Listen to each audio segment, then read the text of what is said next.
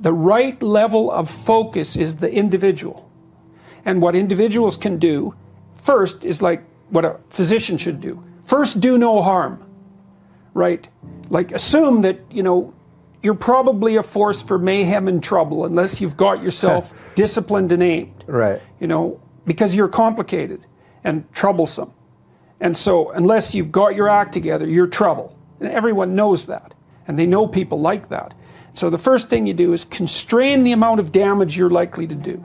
And you do that by disciplining yourself and by also admitting to yourself that you don't know what you're doing, that there's lots of things about you that need to be improved, which is actually, that's a beacon of hope, right? It's like, well, my life is miserable.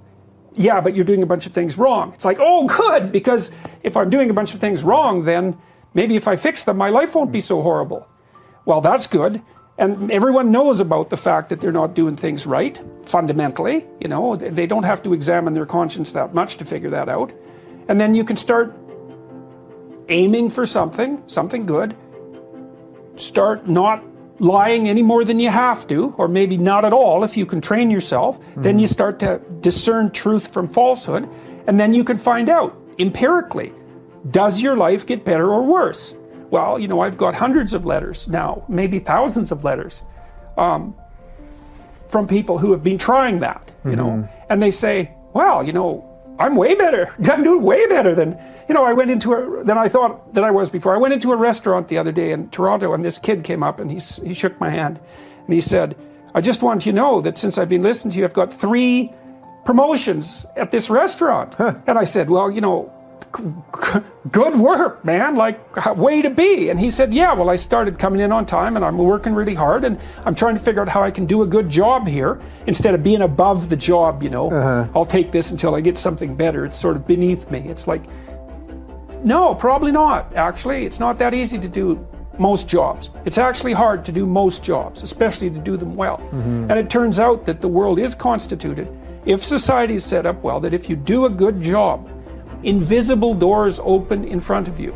Because people, and I know this, I've had lots of contact with businesses and academic institutions, and like the people who run things competently are often, but not always, very interested in finding young people that they can mentor and move forward. It's actually one of the pleasures of being competent in something. Yeah. And so if they see someone who's like going that extra mile, busy people have lots of opportunities around them.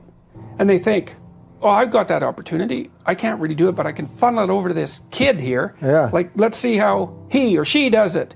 And so you say, yeah, you want to try this? And the person says, well, I don't have time. It's like, well, okay.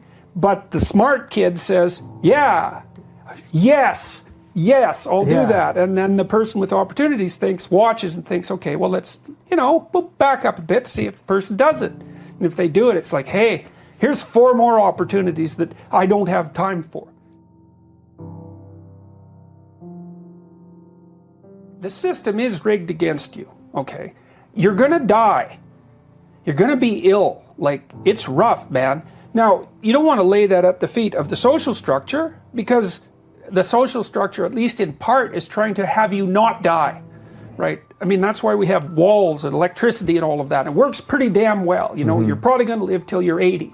And the only reason you're not going to live longer is because we can't figure out how to get you to live longer. That's why. You're not going to starve to death. Wild animals aren't going to tear you in pieces. Tyrants aren't going to rip you from limb to limb. It's like, these are good things. Now, you still got a big problem because the cosmic system is rigged against you in a sense. But okay, so fine. What do you mean by that? The cosmic system? You're vulnerable and you can be broken, and you will be in many ways. But you can't blame someone for that. It's just, that's the structure of reality. Okay, so what do you do about that? Well, as far as I can tell, and I've always looked as a psychologist for optimistic ideas, and I'm not an easy sell with regards to optimistic ideas, especially because of my basic belief in the idea that, the most profound truth is that life is suffering. It's okay, fine, life is suffering. You can't blame that on anyone. All right, so what do you do about it? Well, maybe nothing. Maybe the jig's up, it's hopeless, but maybe that's not right. Maybe here's something. what you have against the suffering and the malevolence, let's say, you have possibility, you have potential in front of you, inside of you even, whatever that means. So here's the question. What would your life be like if you made use of all the potential that you were offered? That's the optimistic question, because you can test it out. Say, okay, well, I'll just try that for a year. I'm gonna do the best I can at everything that offers itself to me, just as an experiment. And then I'm gonna see, well, is my life better or is my life worse? It's like, you try it for a year, you think, it's actually better. My friendships are better, my family's better, I'm less anxious, I'm more positively oriented, I'm less resentful and bitter and jealous and angry. You know, I'm more physically healthy. It's like, hey, great, and you're not that good at it. It's like, what happens if you did that for 5 years? Yeah, that's a good addiction. That's an addiction. Yeah, it's an addiction to possibility. And then it's also an exponential thing. And this is actually technically true. We know this beyond a shadow of a doubt. There's this principle that economists talk about. They often call it the Matthew principle, which is based on a statement in the New Testament. From those who have everything,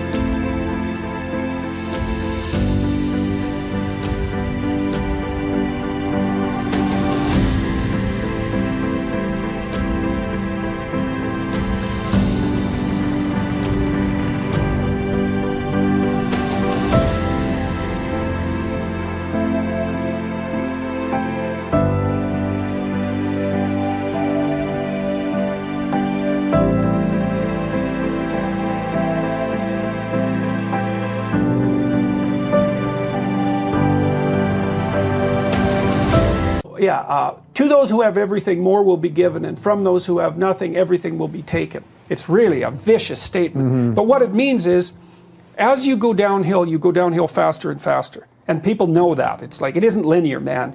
It's exponential. You do one thing, stupid, then 2 stupid things happen, then 4 stupid things happen, and before you know it, you're done. But the reverse of that is also true. You do one good thing and then, you get 2 opportunities and you fix them up and you get 4. And this is how the world works. It's a fundamental economic principle. And you see, because of that a small proportion of people have most of the gains accrue to them. And they're the ones, they're healthy. That's luck often, They didn't get run over by a bus. Like, there's lots of arbitrary things about life that have to go right. But after that, it's like, those are also people who are capitalizing on what they're being offered without bitterness or resentment. And then maybe it won't work for you, but you don't have a better plan than that. So there's a rule for working with old people in old age homes, and the rule is, don't do anything for the residents that they can do themselves. You think, well, that's pretty harsh. It's like, no, it isn't. You're helping them retain their independence and their strength, right? Yeah. So you're not stealing their strength. And it's the same with little kids. Like, little kids should be doing whatever they can that's productive and useful as young as they can. People talk a lot about self-esteem, which is it's very badly conceptualized self-esteem, because it's come to mean you should feel good about yourself, which I don't believe. I think you should feel good about who you could be if you got your act together. And you shouldn't be feeling so good about who you are now and you're sorry.